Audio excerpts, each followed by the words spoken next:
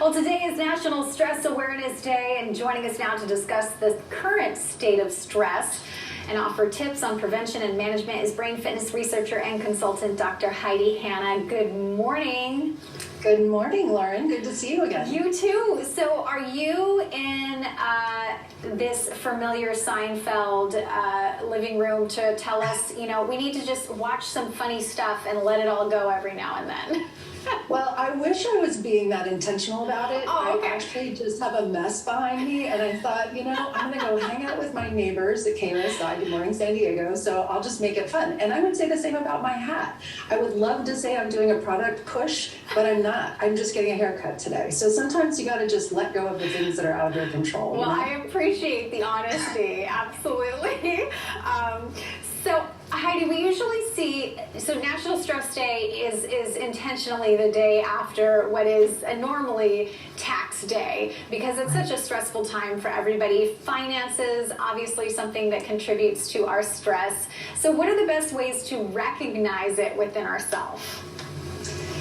Usually I encourage people to just notice anything that feels a little bit different. So if you're sleeping a little too much or not sleeping, if you have, more of an appetite, less of an appetite, things like that, just general stress that we have.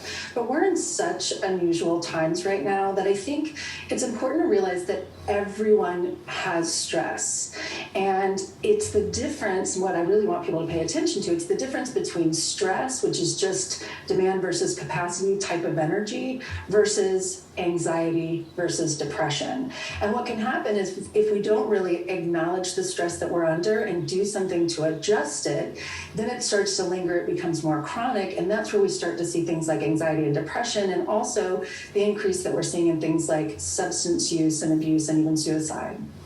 Yeah. How do we recognize the difference between some just added stress and maybe something more serious like anxiety or depression? I think the first thing is to try to understand your own stress style or signature. So a lot of people get a small sign before it gets really bad. Like if you start to get tension headaches, or if you get, tightness in your back and shoulders. Lauren, I'm sure you have something that happens, regularly. It might be that you can't fall asleep and your mind's racing at night, or you feel a little bit more fatigued. Sometimes those more typical annoying things that we assume everyone has are actually signs that we need to make a pivot, and that shorter pivot that we make to go get a massage or spend a little bit more time outside, that can have a big difference. When it starts to become more problematic is when it's starting to interfere with your daily routine. So if you find yourself putting off work tasks that maybe are more complicated, I'm guilty of this. I wait till the last minute to get things done because we get that surge of energy. But we want to get to the place where, we're getting our daily tasks done, we're showing up as the person we want to be, being able to be patient, being able to be supportive of other people instead of feeling irritable and aggressive. And we're seeing a lot of that in a lot of ways right now, unfortunately. And maybe some of the ways that we normally deal with stress we're not able to do right now because of the pandemic, which has been a big challenge for people. So what are some things that we can do? We're showing gym video, but if you can't go to the gym, or you can't go hang out with a huge group of friends, or maybe your favorite masseuse is not open for business, what are some things that we can do?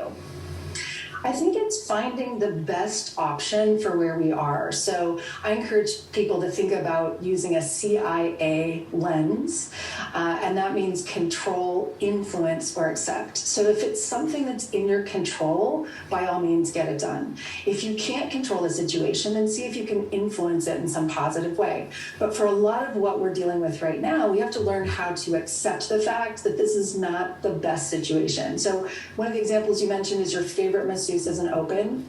A lot of places are open. So maybe it's not the one you want to go to, but maybe there is a place.